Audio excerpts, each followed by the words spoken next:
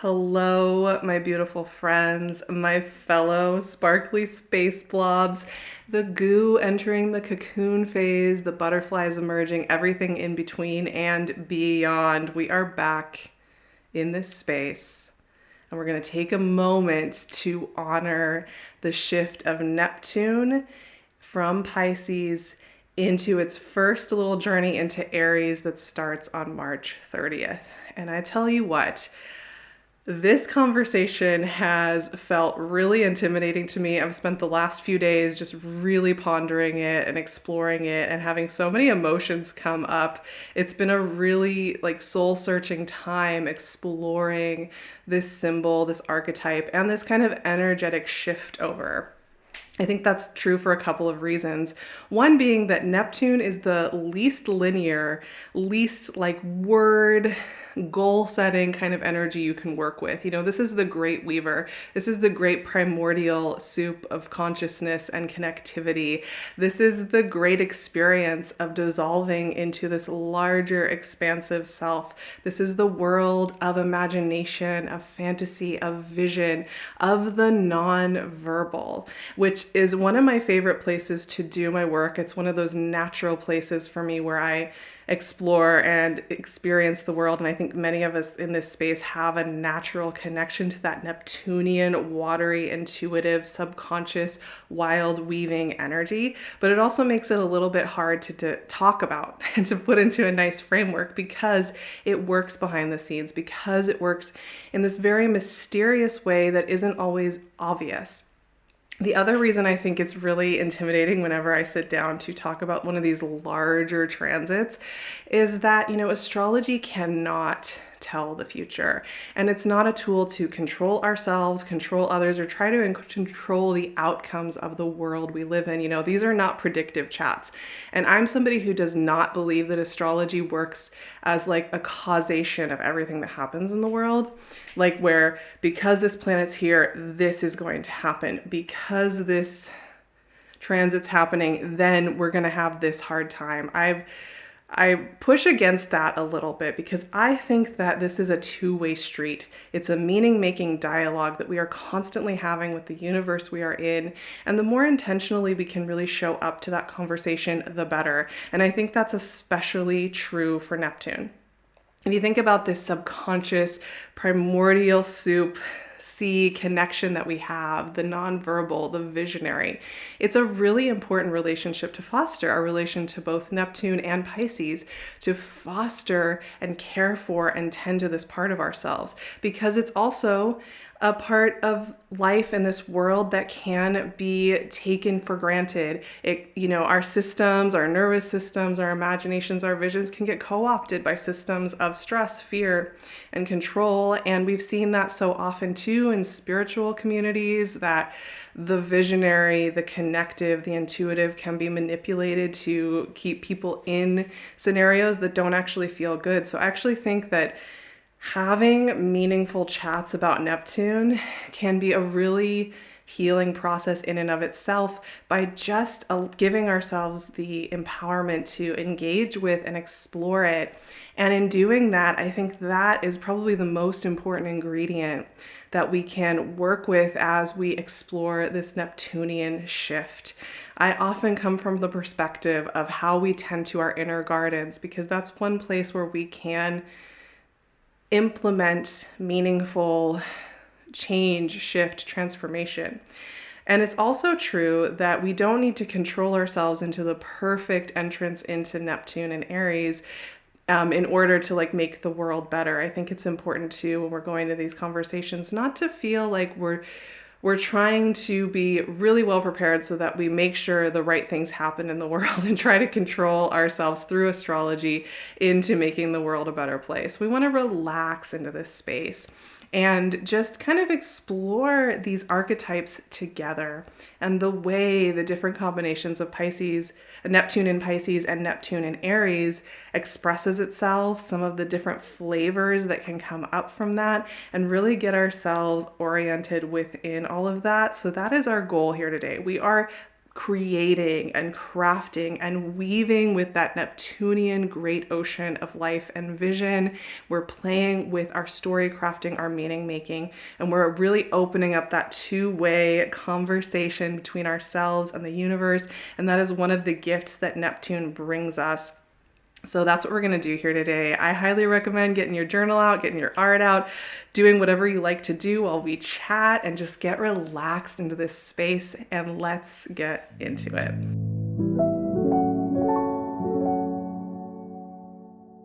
Just to get ourselves oriented here in this Neptunian shift, Neptune has been in Pisces since April 2011, so this is a great time as we're kind of modulating into this next iteration of Neptune to kind of think about this last 14 years, which is a really big chunk of time. Many of us have completely shifted so many times. I think I've gone through at least like 4 different identities at this point, 4 different versions of myself.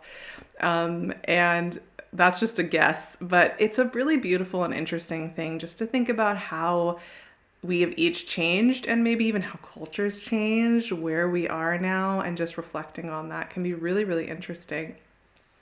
And then Neptune is going to have its first tap into Aries on March 30th, and that will last until October 22nd of 2025. Then Neptune's going to move back into Pisces for the last couple of months of the year. So for about 3 months, we'll have one last visitation of Neptune in Pisces. And then on January 26th, 2026, it will move into Aries for good and stay there until 2038. So we are really beginning this longer 13-year cycle with Neptune. And that's always a point I want to add into any conversation with these outer planets that have these long transits. We're working with something that weaves and influences from behind the scenes, from the imaginative, from the energetic. And that means that, these processes aren't always going to be the things that are right in our faces. And a lot of times we won't even understand the full extent to which they have been working with us until we've kind of had a chance to land. So really today what we're doing is we're just helping ourselves modulate between these two modalities and explore and feel through them so that we feel like we're not kind of feeling like we're dissolving or overwhelmed by some of these shifts we might be feeling, and get curious about them. It's interesting to explore the way that Neptune connects with Pisces and then Aries, and just kind of dig into how those expressions and experiences might come up and get ourselves exploring that a little bit. So let's start with Neptune and Pisces and just think through kind of like what we've been working with energetically. One thing I like to think about when thinking about Neptune and Pisces is that there is an element of liberation, of freedom, of vision that does come in. And I think we have seen that with Neptune and Pisces, with the Me Too movement, with Black Lives Matter, with a lot of other elements that have been about questioning some of the systems that have just been indoctrinated into our lives. And coming here to the culmination of this 14-year cycle with Neptune and Pisces, it's really interesting to think about where we've really reclaimed. Now, thematically, I think it's really interesting to just think about Neptune and Pisces, some themes that are really broad, but I think helpful for, giving us a nice umbrella to think about all of this. Neptune and Pisces often works in the subconscious and deep dreams and weaving behind the scenes. Results and shifts aren't always linear and obvious. So we might have been growing and changing culturally and individually, and some of that change may not have felt like forward motion. Some of that change may have even felt like we were visiting old patterns and really reflecting on them, because with Neptune and Pisces, forward isn't always forward. Sometimes forward is going back, sometimes backward is going forward, and we're kind of always playing with that. And that's one of the interesting parts of working with Neptune. Of course, Neptune and Pisces is also going to amplify intuition and spirituality and have us reworking that. And we've seen that in internet spirituality, both good and bad. I mean, It's a double-edged sword in so many ways, but internet spirituality has allowed many people to come together, to connect. A lot of sensitive spirits, like in this space, sparkly space blobs, finding each other that would never have been possible. And also just helping many of us feel more connected to that divine weaving, leaving behind the kind of standard way of just looking at the mundane world and saying, go do your job, live your life. That's that. And highlights, for me, this is one of my favorite themes about Neptune and Pisces, that it highlights the non-conforming people who have historically been imprisoned, hidden, or ignored. And for me, I'm calling that the mentally, culturally, and physically diverse, and these are the people that often have the greatest gifts to give culture. So I think it helps us see and hear and understand and connect with all of that diversity, as well as accepting elements of ourselves that have been pushed to the back, ignored, or imprisoned in the subconscious, the exiles within us. And so there's this really beautiful coming forward and connectivity that can happen with that. And of course, that also brings up tensions. It can also bring up points of realizing where we've been failing, vulnerable communities, and where we really need to rethink everything. And I think that's been just like an ongoing process, which is nonlinear, which is messy, which causes a lot of different elements to work together. And then I think finally, Neptune in Pisces, this is something you can't talk about Neptune in Pisces without bringing up, which is that, it can amplify the power of visions as well as illusions. So for me, I feel I can trust myself very deeply with Neptune and Pisces. I trust my vision, my intuition. I think many of us in this space do. But it can be an opportunity for those who are a little bit out of alignment. I don't know, I'm trying to be diplomatic here. Those who are a little bit in an unhealthy way. They haven't come home to themselves completely, can use it to create illusion and keep those illusions running. So we've also been seeing some of that. And then finally, of course, Neptune in Pisces signals the culmination of a long spiritual cycle, a long cultural cycle of kind of one way of doing things. And that's a really big thought, to just think about a spiritual cycle or a cultural cycle that's been going on for 160 years. How do we even formulate that? I have not fully landed on a conclusion about what these 160 years, what I can take from them, because there are so many things that we could take. But I think that gives us a really nice sense of Neptune and Pisces. But let's get into Neptune in Aries, because this is why we're here. We're exploring what's coming next in this next cultural iteration of the world, and what can we expect? How can we work with this? I will be honest, I do not have answers. I have no idea what is going to come out of this brand new energetic quality, but we can kind of think about some of the ways Neptune can express in Aries. And just thinking too, like I just mentioned, Neptune in Pisces is the culmination of a long cycle. Neptune in Aries is the beginning of a new cycle. The last time Neptune was in Aries was 1861 to 1875. And as I've already mentioned, the American Civil War is a very popular item to be brought up when talking about Neptune and Aries. People love to bring up war when it comes to Aries, because Aries traditionally, in very old traditions, both Aries and Mars are associated with warfare. But that's such a simplistic rendering of it. And of course, there were so many other things going on in the 1860s and the 1870s, so much cultural shift, so much re-envisioning of what it means to be in this world. A lot of elements were shifting in culture, in systems, in government. It was a very powerful couple of decades of change. So I just want to focus now on how to enter into this new Neptune in Aries transit. So let's talk about some of the big themes that come up. One is that, it brings that subconscious, nonlinear, nonverbal, energetic quality into the mundane and the conscious world a little bit more. And what's really cool about having that watery Neptunian energy in a fiery, present energy like Aries is that we've got a bridge being built here now between that visionary nonverbal self and the actions we take in the world. And I think that this can mean some really beautiful, clarifying forward momentum and movement for things that have maybe been culminating for the last 14 years, things that have been culminating over these times of working with Neptune and Pisces. These visions are now ready to be birthed into the world. I think also it changes the quality of Neptune. Neptune's always going to be tied to vision and imagination and fantasy. But here in Aries, it's going to illuminate deceptions and mirages and systemic lies that haven't been working for the world. It's going to make it very much more difficult for that kind of deception to work the way it might have when it could hide in the fog and the relativity of Pisces. And I think that's going to be really interesting to explore and play with. I think that also means that it's going to actually amplify our ability to use our intuitions in our bodies.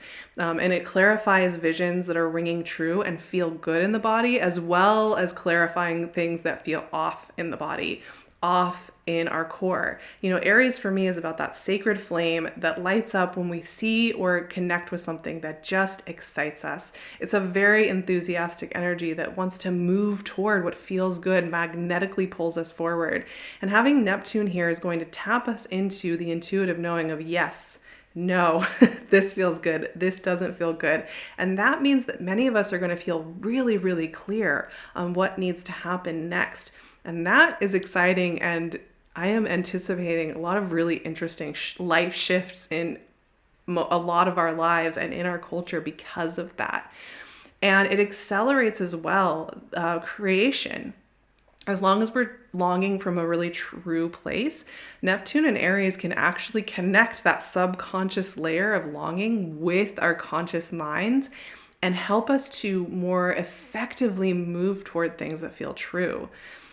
It also is going to highlight, it's going to kind of shine a spotlight on inequality, on illusions and deceptions that are keeping that kind of inequality able to kind of dodge and dart all around, and really being able to see what needs changing and fixing. I'm excited about that. I think that it's like Aries is like this illumination, this like fire in the fog of that Neptunian vision where we can really clearly see things illuminated. And I think that's so cool. I think this is also just in general, it's going to amplify the longings we have that maybe we've been able to kind of brush under the rug or let linger in the fog. It's going to bring it more into our energetic presence. And like I said, this is initiating the beginning of a new cultural cycle. So we're just at the beginning. We're little babies here in the visionary phase where we are trying things out. We're experimenting, we're exploring, we're seeing what happens. And so it's, there is a really deep sense of unknown with this Neptune and Aries transit. And I say that just as not to make us feel overwhelmed. Once again, this is not about flooding our systems with overwhelm. It's more of just like, oh yeah, we're in new territory. We are initiating into new spaces. That's going to be an interesting dynamic process that is going to bring, I think, periods of growth spurts, moments of discomfort, but also a lot of clarity, a lot of honesty, a lot of truth, instead of feeling like fractured or like we have to kind of hide from ourselves. And I think that's going to be a really beautiful feeling. And like I've also mentioned, Neptune works subtly and over time. Both Neptune and Pluto really work in this way where you don't always know exactly how that's going to formulate the new things. They have long transits over a long period of time, and they work in these hidden areas that we don't always see with like our linear sight. So always keeping that in mind is really important too. So even in a sign like Aries, which is all about initiation, going for it, action, taking action on things that we want, moving forward, it can still feel a little bit like, what exactly is happening? I just wanted to mention a few things you can do here, because I think what's important, since we're just visiting with this transit for a little over 6 months, I wanted to just give us a few things that we can do here as we're shifting to explore and just tap in with. Once again, create that two-way dialogue between ourselves and our relationship to Neptune.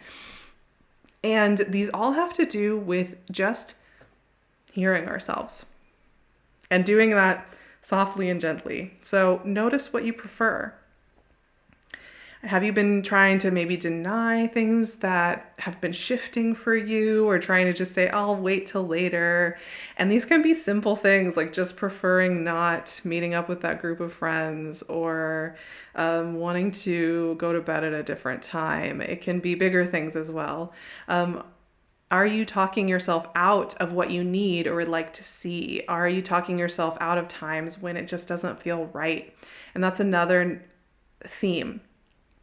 Both noticing what is feeling really, really good and natural in your body and letting that be a part of your process, and noticing when something feels off, when something gives you that pit in the bottom of your tummy. Because Neptune in Aries, like I said, I think it's going to really amplify the experience of intuition being like very here and present, something that's a little bit harder to ignore. And this is really good though. This is really, really good because it's going to mean we're able to more easily access what we need and have those conversations and make those adjustments. And that makes each of us more likely to be able to move through the world in a meaningful way. And it makes, on a cultural level, less space for that kind of manipulative deception that has allowed systems to run. And that is a ripple effect that goes from inside out in so many ways. That doesn't mean that individually we have to carry the weight of the world on our shoulders and try and fix everything by ourselves. By the way, I just want to point that out again.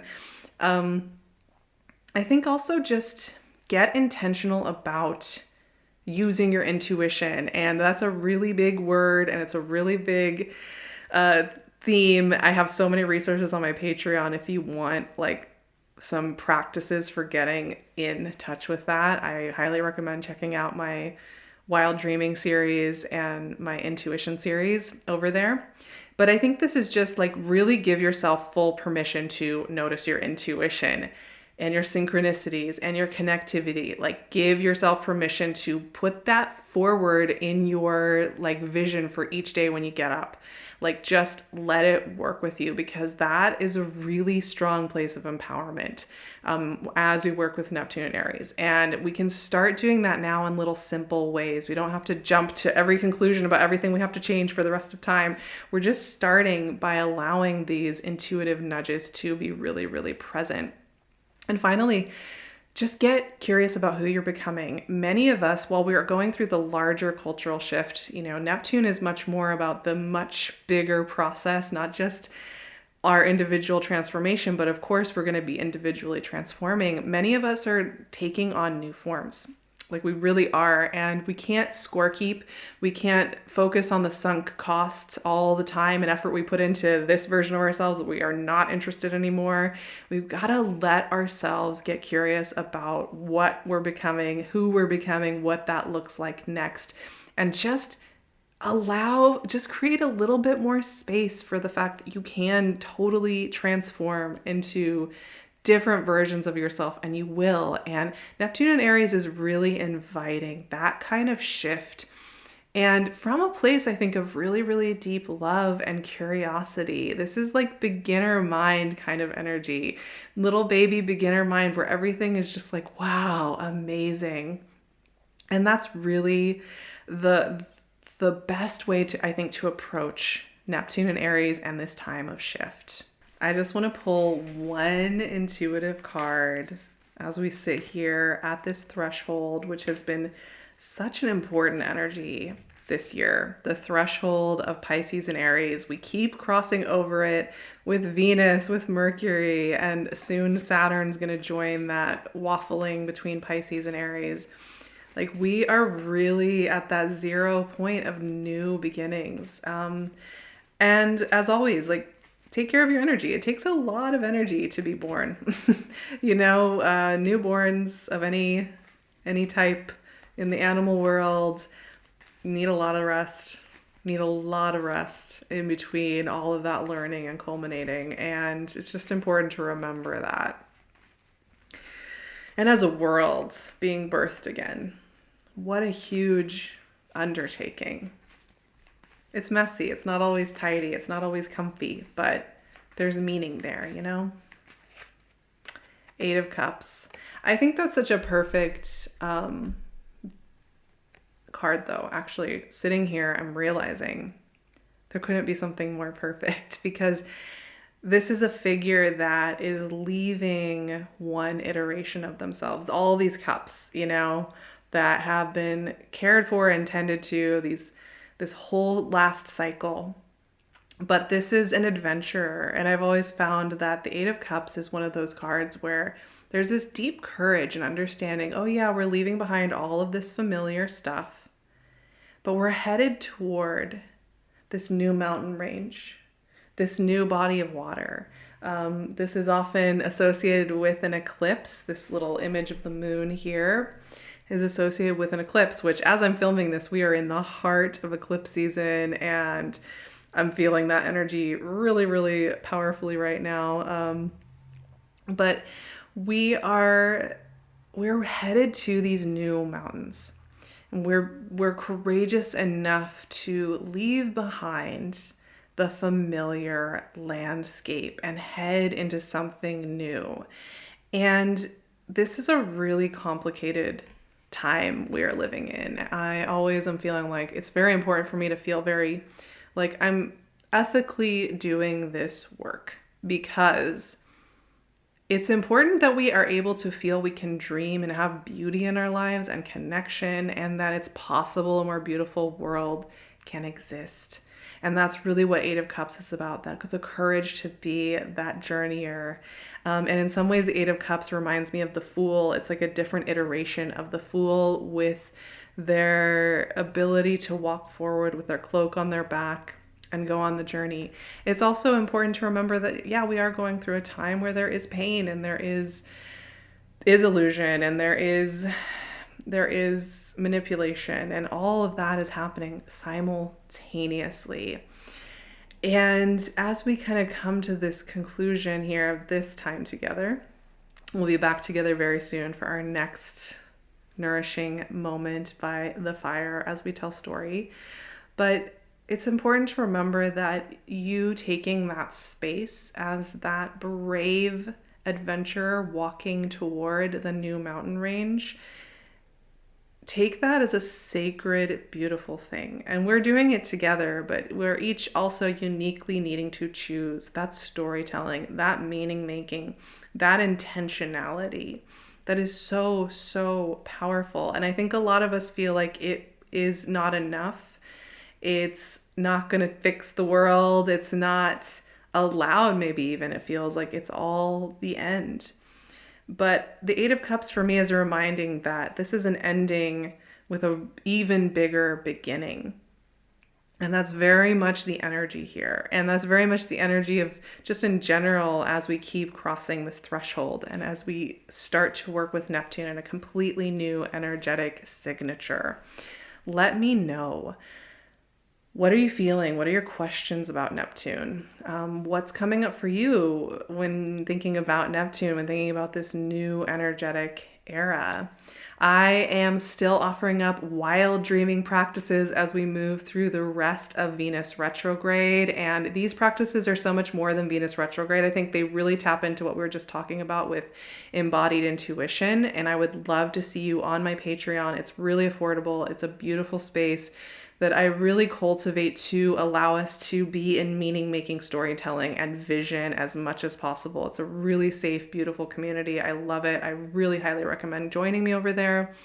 And we will be back very soon. We've got so much more on the horizon as we move through Aries season, and we've got a lot to talk about. So I'll see you back here for our next chat. I hope you'll stick around and let me know what's coming up for you at this moment in your life. I love reading your comments and your insights about the world and the process. So I will see you so very soon.